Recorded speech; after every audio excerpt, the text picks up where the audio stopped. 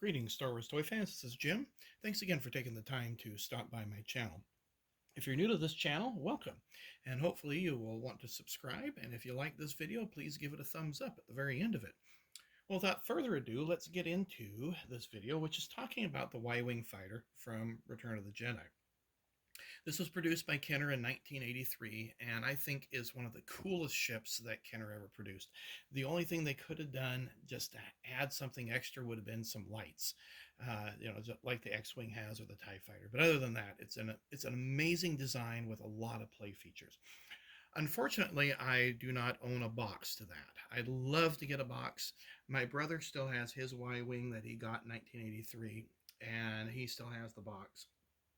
And I'm just, I thought it was so cool when I got it. I wanted one when I was in high school, but then, again, you're too cool for toys, and then you regret those decisions now, especially if you collect vintage Kenner stuff like I do. So let's take a look at the instruction sheet, as those are pretty easy to acquire compared to the boxes. One of these days I'll get a box. So it's just basically a fold out. This front page shows you where to put the stickers, and then it shows you where to put the cannons on the front, how to put the turret on. The battery compartment takes two C-sized batteries, and then it tells you how to operate the cannon. There's a button clear in the back. I'll demonstrate that for you. How to raise and lower the landing gear, and then how to put together the bomb, where the bomb latches on. Kenner's Really Do Care logo, which they did honor. Where to put your astromech droid, your pilot, and if the engine nacelles come off. So pretty good instructions there. Now you'll notice that I have two different Y-Wings, and I'm going to take the camera out of the stand and just show you that the differences between the two. Now Kenner produced two different versions of this, and this one you see here, it's got a much darker yellow than, say, this one. It's a little more lemon yellow on that. The second feature has to do with the nose. So you'll see right there, that little piece. It's much different on this side. You might think, well, that's no big deal. Now let's look on the underside of the ship. So here we look at the very front. Nothing too noticeable. You go over here. This is the dark yellow one. It says Made in Mexico. This is not to be confused with the Lili Ledy version. The Lili Ledy version had some Spanish stickers on there, but this version happened to be made and assembled in Mexico. Now, I had read about this variant over here online, but I had never actually seen one in person until I was at a toy show, and I instantly recognized it. And I asked the gentleman how much he wanted to sell it for, and he said $50. And I said, done deal. You can't find a complete Y-Wing for under $100, and that includes the bomb. And this had everything on it except for the bomb. And the contacts were clean for the battery. I mean, it was just an amazing deal. So I had to pick that up. All right, well, let's get into the ship itself. So taking a look at here, and we'll go ahead and take the camera out of the pod, you can see a nice detailed cockpit, and it's the same for both versions. And the pilot does fit in fairly easily. Although this is my custom Theranet. He didn't happen to fly a Y-Wing. He flew an X-Wing and died in the Battle of Death Star. I use a Dash Rendar head on that.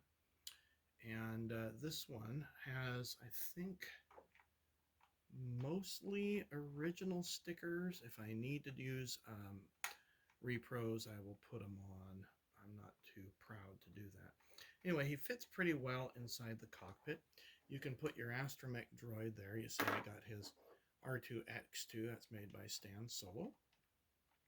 And then when we press this button back here, we'll turn the guns that way.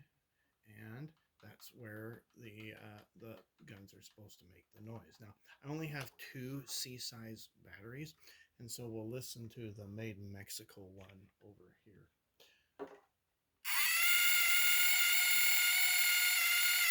Pretty cool, isn't that? I just think that's such an amazing feature. Now, this button here happens to raise and lower the landing gear, and this oftentimes can be a point of contention and repair. Needs some repair. And then, of course, we have the bomb that needs to be dropped. And this is the most commonly lost piece. And you press this orange button right up here, and then the bomb drops down. Now, the landing gear does have like an extra locking feature, but that's not 100% guaranteed. The bomb comes in two parts, and this is pretty stiff, so I'm not going to monkey with it here. Now, the battery compartment is a rather tedious thing to get into. It has these two snap tabs, and you got to pry them just so carefully at the same time, and hopefully it'll come up. And this is where you can see the two C-size batteries. And there we can look on the inside. Contacts are amazingly clean. You don't find that in some of these vintage vehicles. So I've been really blessed that both ships are in good shape.